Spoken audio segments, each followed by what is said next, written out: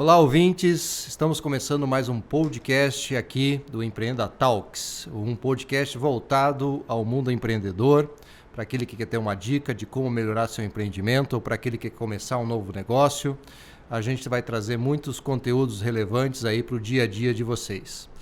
Estou hoje aqui com duas feras da área tributária, o senhor Diego Capelesso, diretor e sócio do grupo ISP Saúde e controller desse grupo, né? É um grande prazer estar contigo. Senhor Otávio, ou doutor Otávio, né? Professor aqui da Univel e sócio-diretor da EP3, né? Uma empresa de consultoria aqui da nossa região. É um grande prazer estar com vocês aqui hoje. Esse podcast é uma realização TOTVS Oeste em conjunto com a Univel e apoio da Avento e agência Creária aqui da Univel. Para começarmos hoje, pessoal, o nosso podcast, Diogo, eu gostaria de escutar um pouquinho a história da ISP.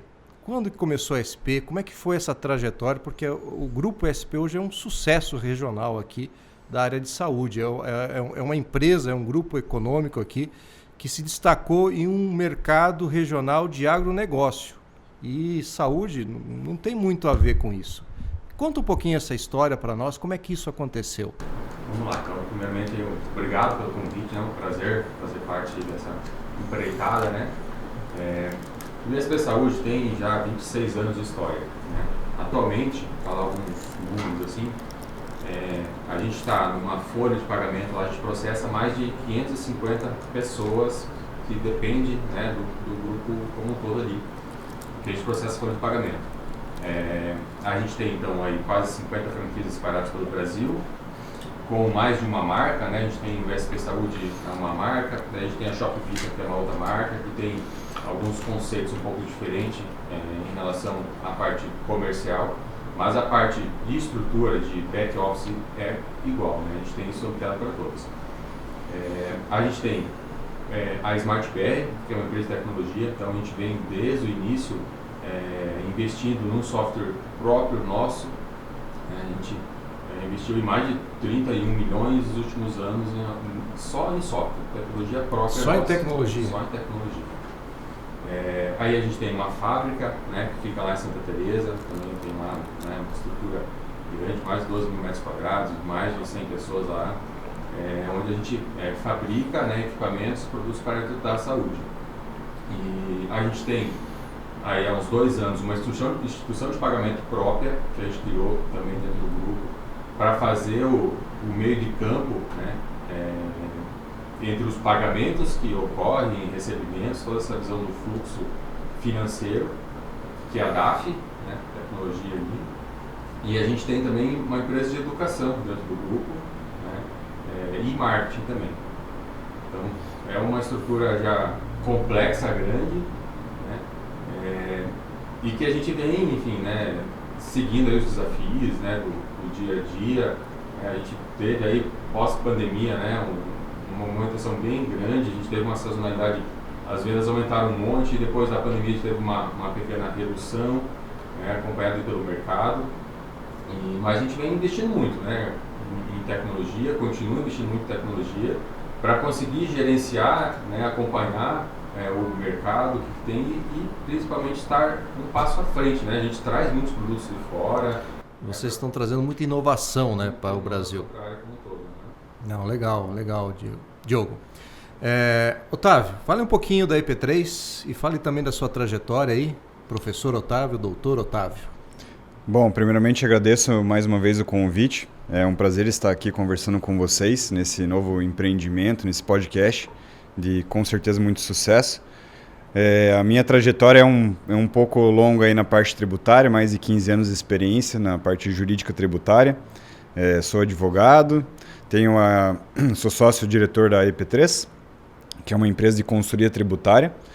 E a gente também participa aqui da Univel como docente para a gente poder ajudar a trazer conhecimento aí para os alunos e estar trabalhando aí com a parte tributária, trazendo conhecimento. Então, nós temos um pouco de bagagem aí para a gente poder conversar um pouco sobre esse tema. Legal. Quando a gente fala de tributação, é meio um tabu, né?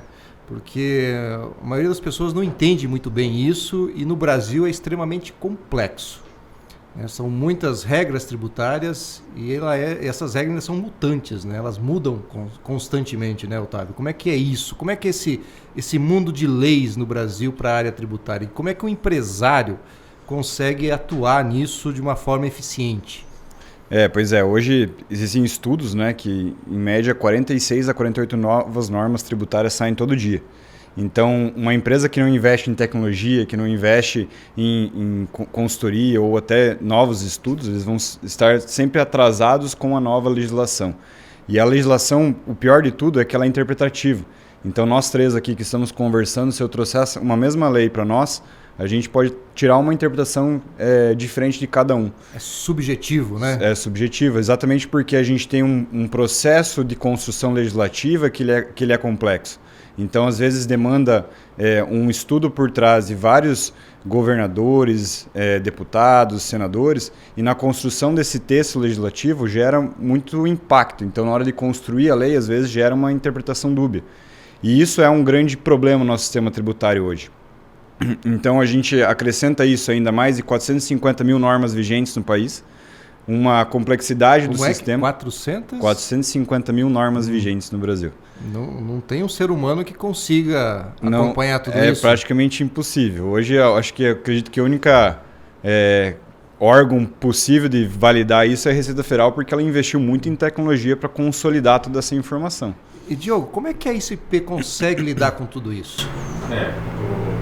Complementando o que o Otávio comentou, né? A ICP investiu muito, né? Eles têm o T-Rex, né? Que é o computador lá. Eles pesa mais de 1 tonelada o computador da Receita Federal para poder fazer o acompanhamento e visão. A gente estava recentemente olhando informações que a Receita mesmo disponibiliza de capacidade de pagamento, etc. Nossa, lá super interessantes. Eles fazem classificação do CFOP lá para identificar informações que você tem. Então, eles têm muitas informações na mão. Nós, como eu estava comentando, a gente vem investindo muito em tecnologia e planejamento, né? Então, assim, a gente tem em todos os estados aí uma complexidade muito grande. Cada estado define uma alíquota do produto, né? Então, a hora que a gente investe lá, a hora que a gente vai fazer o cadastro de um produto, a gente hoje tem no portfólio mais de 7 mil itens.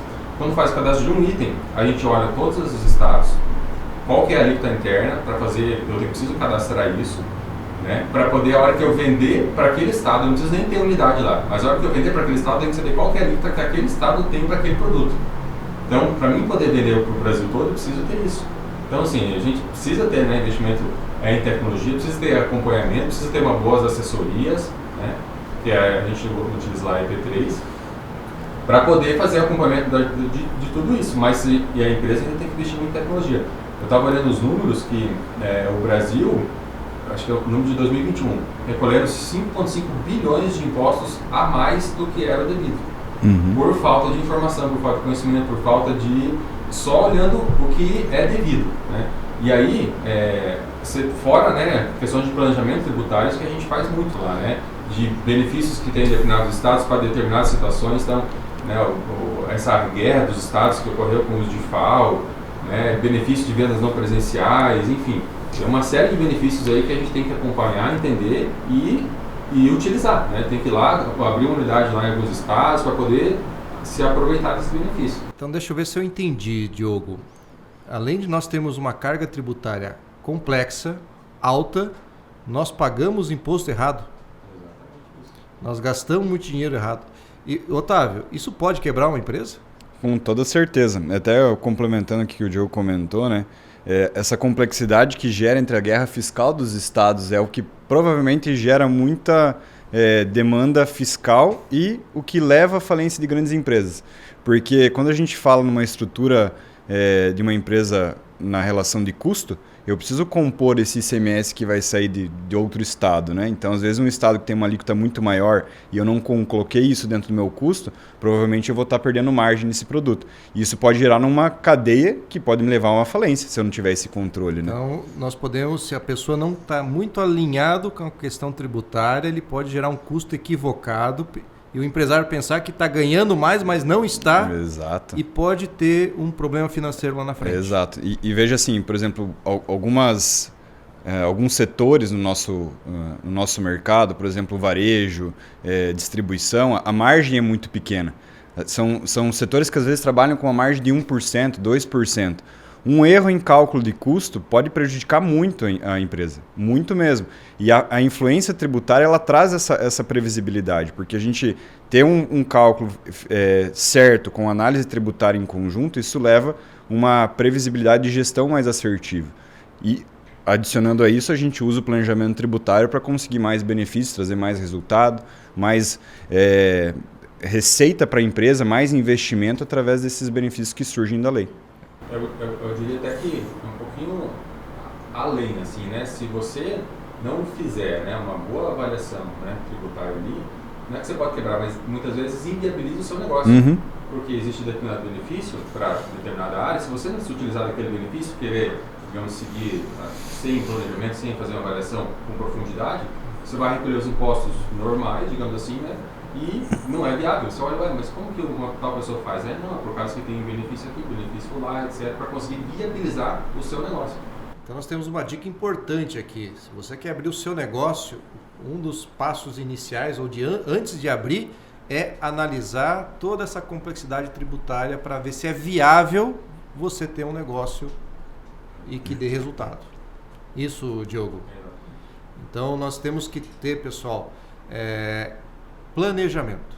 Eu acho que é um ponto importante para quando a gente vai empreender um negócio, é planejar. E cuidar muito, mas muito dessa área tributária. Porque ela representa, se eu não me engano, mais de 30%, né, do custo da receita, Uhum. né, de um produto, de um serviço. Então, é um terço daquilo que nós temos de receita. Então, tem que ter um carinho, tem que ter um cuidado muito grande com isso para que não se faça de uma forma equivocada.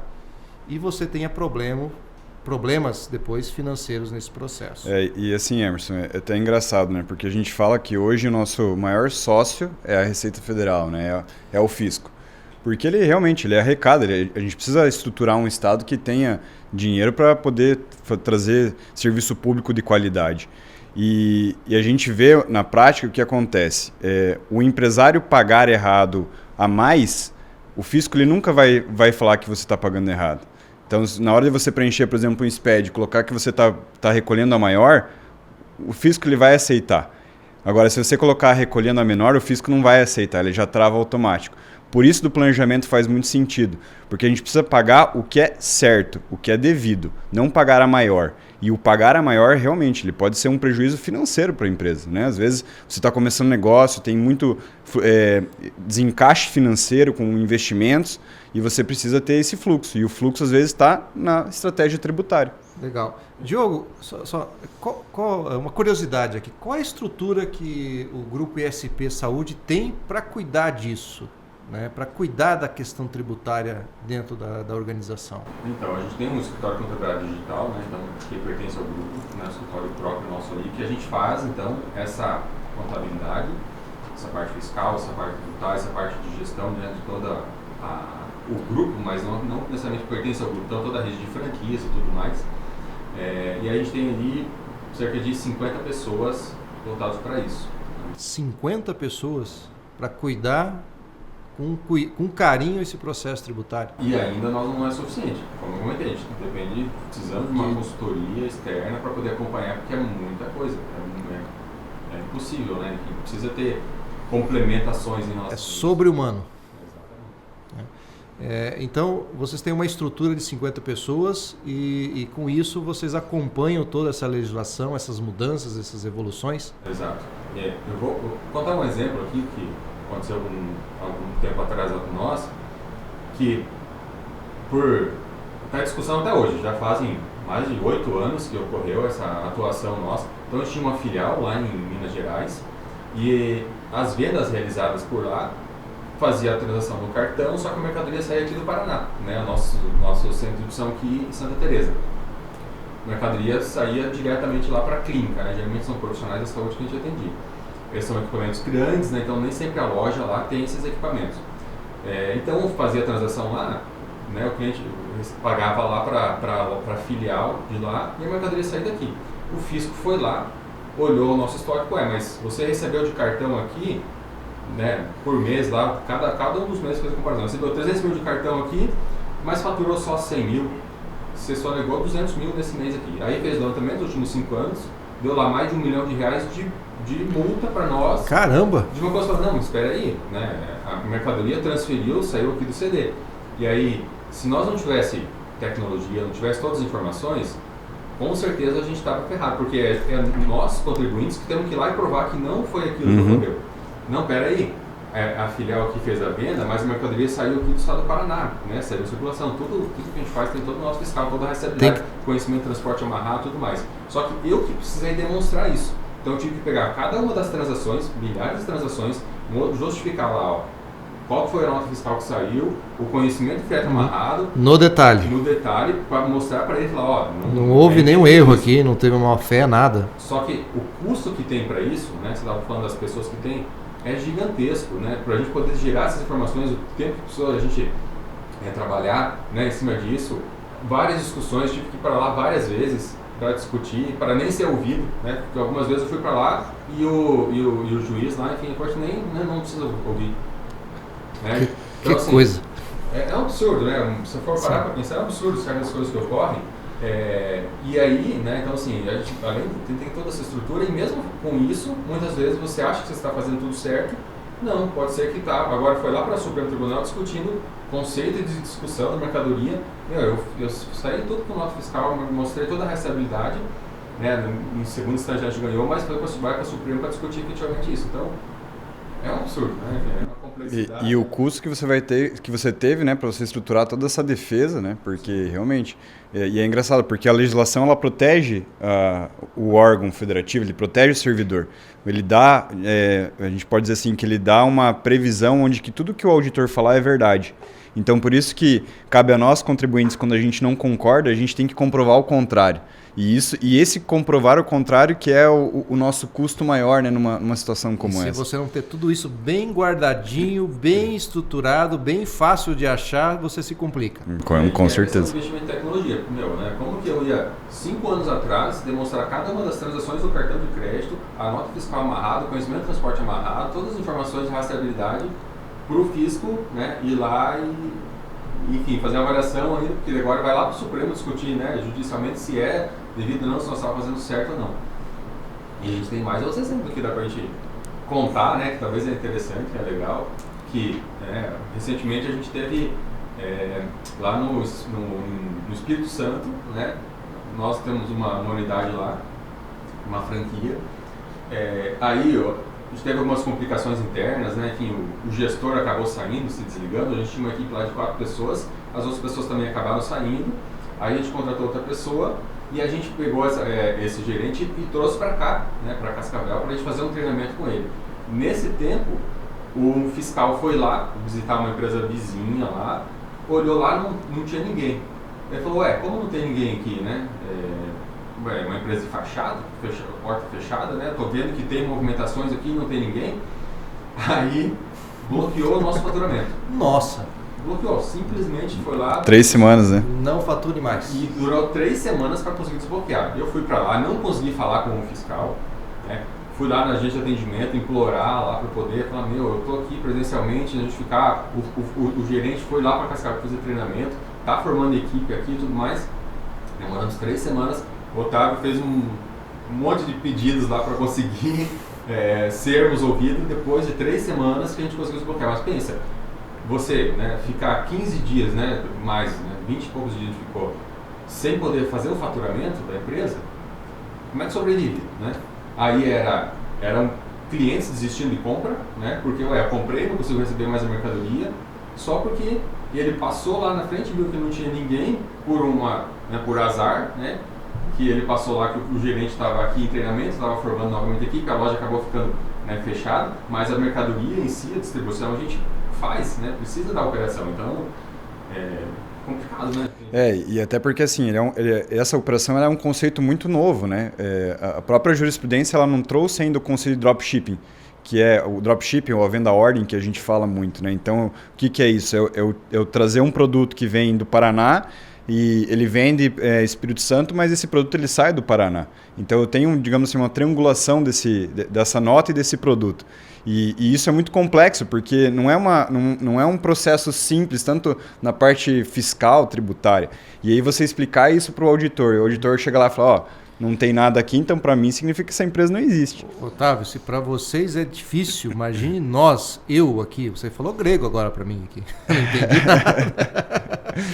Mas é muito complexo esse mundo tributário no Brasil, né? Eu tenho outras experiências, nós temos operações lá, a TOTVS tem operações no Paraguai, Bolívia, e a gente percebe que nesses países tudo isso é muito mais simples, né? Tudo muito mais harmônico e justo no processo de cobrança da tributação. Por que no Brasil tem toda essa complexidade? É porque o país é grande, é porque a forma que está estruturado o Brasil de municípios, cobra os seus tributos, estados, federação. Por que essa complexidade que nós estamos hoje? Eu sei que está tendo aí um trabalho do governo, um esforço do governo de simplificar tudo isso. Fazer uma reforma, né? Exatamente. Por que aqui é complexo? Eu vejo até a relação da complexidade com a própria criação do sistema tributário. Se a gente for analisar, né, o sistema tributário brasileiro foi criado lá em 60, 64. Então nós temos um sistema tributário antigo, que ele não se adequou à modernidade do momento, do próprio mercado que ele está surgindo, né? E a gente tem um outro fator muito importante, que se a gente comparar o Brasil com outros países da América Latina ou países desenvolvidos, é que o Brasil ele faz uma tributação sobre o consumo e não sobre a renda, que é diferente, por exemplo, dos Estados Unidos. Os Estados Unidos ele foca a tributação na renda e não no consumo. Quando eu faço uma tributação sobre o consumo, eu trago toda essa complexidade, porque a minha tributação está sobre o produto. Então, toda a cadeia tributária ela fica vinculada ao produto. É o que a gente discute aqui. NCM, CST, CFOP, são códigos que surgem na nossa legislação para a gente poder saber se aquele produto vai ser tributado, não vai, o quanto que vai ser, qual que é a alíquota, qual que é a MVA, se tiver o ICMS, ST. Então, assim, a complexidade do nosso sistema ele surgiu exatamente porque lá no passado os legisladores buscaram fazer um sistema tributário por consumo e não por renda. Isso gerou uma complexidade. E aí, até é engraçado, se a gente fizer um levantamento de um estudo, né, quando saiu o sistema tributário brasileiro lá em 60, 64, naquela época os países da Europa estavam construindo a reforma tributária lá e implantando o IVA, que é o que hoje a gente está discutindo na reforma tributária aqui no Brasil. Uma possível IVA, dual IVA, que tem várias características aí que o pessoal está trazendo na reforma tributária. Mas eu vejo o quanto o Brasil está atrasado nisso. Né? Então, lá em 60, a União Europeia, todos os estados da Europa já estavam implementando o IVA. E nós aqui estávamos estruturando um sistema tributário mais complexo, que, na verdade, o que a gente tem hoje? A gente tem um IVA, só que ele é um IVA distribuído em vários entes federativos. Então, PIS, COFINS, IPI, todos esses tributos a gente vai ter no âmbito federal, ICMS no âmbito estadual e ISS no âmbito municipal. Se eu juntar tudo isso, nada mais é do que um IVA. Né? Só que cada um que tem uma legislação específica, tem uma regra específica, isso gera toda a nossa complexidade do sistema tributário. Que coisa. Diogo, qual é o impacto dessa questão tributária no caixa de uma empresa, na parte financeira da empresa? Então, assim, como estava falando, né, depende, às vezes, da viabilidade do negócio da operação, você ter, né, determinado benefício na situação aqui. E existe, né, enfim, existem inúmeras maneiras, né, enfim, de poder estar olhando, entendendo, acompanhando, né, enfim, toda essa complexidade aí. E eu não sei, assim, questões de percentual, né, o impacto direto que dá no caixa, eu sei que é muito grande, né, é insustentável, né, muitas vezes um negócio por questões de não ter feito um bom planejamento, um bom estudo, uma boa avaliação da operação como um todo, porque mesmo fazendo uma boa avaliação, ainda às vezes você tem surpresas, né? E a prioridade de pagamento é o governo, né? Fora a primeira folha, mas e depois o segundo é o governo. É o nosso sócio e não adianta, né? Se não deu resultado, né? Deu mês ruim, deu prejuízo, a parte do governo paga igual, recolhe igual, né? Não tem... E até puxar um adendo aqui, né? Para empresário que está começando, né? Ele geralmente entra no Simples Nacional. Hoje no Brasil existem três regimes que a gente pode falar. Simples Nacional, lucro presumido e lucro real. São os principais regimes que existem. E a gente fala que o empresário que está iniciando, aquele empreendedor que começa o negócio, ele geralmente começa no Simples Nacional.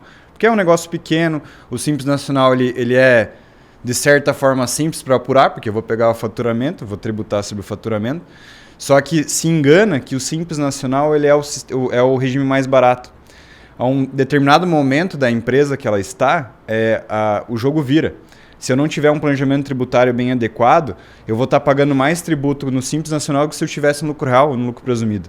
Então, às vezes, faz todo sentido eu ter essa análise, eu conhecer a minha operação para saber o momento certo de eu mudar de regime tributário. Porque o Simples Nacional, apesar dele ter uma formatação simples, ele não é simples no cálculo. Né? Então, ele gera, sim, uma possibilidade de você acabar pagando tributo a mais. Né? Um bom exemplo é o quê? Você passou de 3,6 milhões de faturamento, você vai pagar o ICMS por fora. Então, você já vai começar já todo uma dificuldade, um controle novo dentro do próprio Simples Nacional. É isso aí. Então, Diogo, podemos entender que a necessidade de um especialista para acompanhar todo esse processo de formação, de planejamento tributário é importante. É fundamental, né? Digamos que é fundamental, né?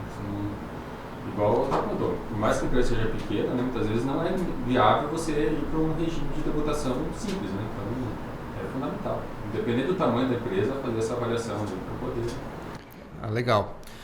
Caros ouvintes, muito obrigado pela presença de vocês aí no nosso podcast, a participação de vocês. Curtam as nossas redes sociais, divulguem o nosso podcast Empreenda Talks e comente também para que a gente possa ter bons feedbacks e sempre estar melhorando o nosso dia a dia. Estamos indo agora para a nossa reta final e eu gostaria de escutar de você, Diego, de você, Otávio, algumas dicas aí para o empreendedor. Eu sei que vocês já falaram de algumas aí, planejamento, buscar especialistas no mercado, mas o que o empreendedor tem que se preocupar? Ele tem que colocar a gestão tributária como um fator crítico de sucesso nas suas operações? E quais dicas vocês dão para que eles façam isso com maestria? Diego. Vamos lá. Eu vejo, então, assim, né, você precisa ter pessoas, né, então você precisa ter pessoas à sua volta, né, pessoas externas, consultorias, etc., para poder estar auxiliando isso. Precisa investir em tecnologia, né, você precisa ter, né, as informações na sua mão. Se você não tem as informações na mão, você não sabe que rumo está indo para o seu negócio. Muitas vezes tem muitos empresários aí que não sabem se dá resultado, se não dá. Às vezes vê um dinheiro em caixa e fala, opa, tá bom o negócio. Não, meu amigo, não é assim, né? Não necessariamente o dinheiro que você tem em caixa é o seu resultado, né? Então, precisa ter, você precisa avaliar, fazer um planejamento. Então, a gente hoje em dia, com as tecnologias, a gente viabilizou muito. Então, mesmo um pequeno empresário aí consegue ter acesso a tecnologias para poder fazer uma avaliação do seu negócio, né? Então, muitas vezes tem lá aquele contador antigo que pega lá as notas fiscais, faz o processamento, etc. Procura melhor, dá uma olhadinha. Você com certeza tem, né, empresas que fazem uma visão mais digital, né, do acompanhamento do negócio, muito mais viáveis muitas vezes, e consegue fazer um planejamento em si, né? Então, a minha dica é essa, né? Enfim, investir aí em pessoas, processos, né, tecnologia para poder acompanhar e ter informação do acompanhamento do seu negócio em si. E dê atenção para isso, né? Isso é extremamente importante, ter atenção na parte tributária. Otávio. Na verdade, assim, o que o Diogo comentou é tudo que a gente representa aqui numa gestão tributária, né? A gente precisa, como um todo, em uma gestão de negócio, né? Pessoas, processos e tecnologia. É a tríade organizacional da administração. E a gente, quando a gente trabalha com uma empresa, seja de qualquer porte, a gente precisa investir muito nesses três pilares. É investindo nesses pilares que vai fazer com que a gente tenha informação, a gente possa ter uma tomada de decisão mais assertiva.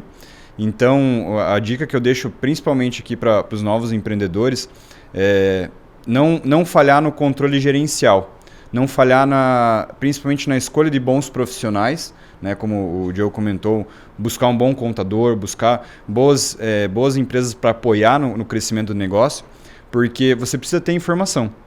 Se você não tiver informação, se você não souber fazer o cálculo de custo, se você não souber a tua margem, se você não souber indicadores básicos de um empreendimento, você realmente vai sofrer muito, principalmente na parte tributária, porque isso tudo está interligado. E procura entender isso aí, né? Isso, é um ponto fazer muito buscar, falho né? dos empreendedores. Às vezes ele fala, não, o contador resolve, o contador faz. E você não vai, pelo menos, entender o porquê daquilo. Isso. E é importante a gente saber o porquê para a gente poder melhorar os nossos processos, para a gente melhorar a nossa gestão e melhorar a nossa operação. Então eu acho importante isso e temos que sempre estar de um olho nosso para a área tributária, que é 1/3 dos nossos gastos estão lá. É isso mesmo. Bacana, gente. Obrigado, Diogo. Obrigado, Otávio. Uma satisfação enorme estar com vocês aqui hoje. E ouvintes, mais uma vez, muito obrigado. Curtam, divulguem as nossas redes sociais. Vai joia, gente. Obrigado. Valeu. Obrigado, viu?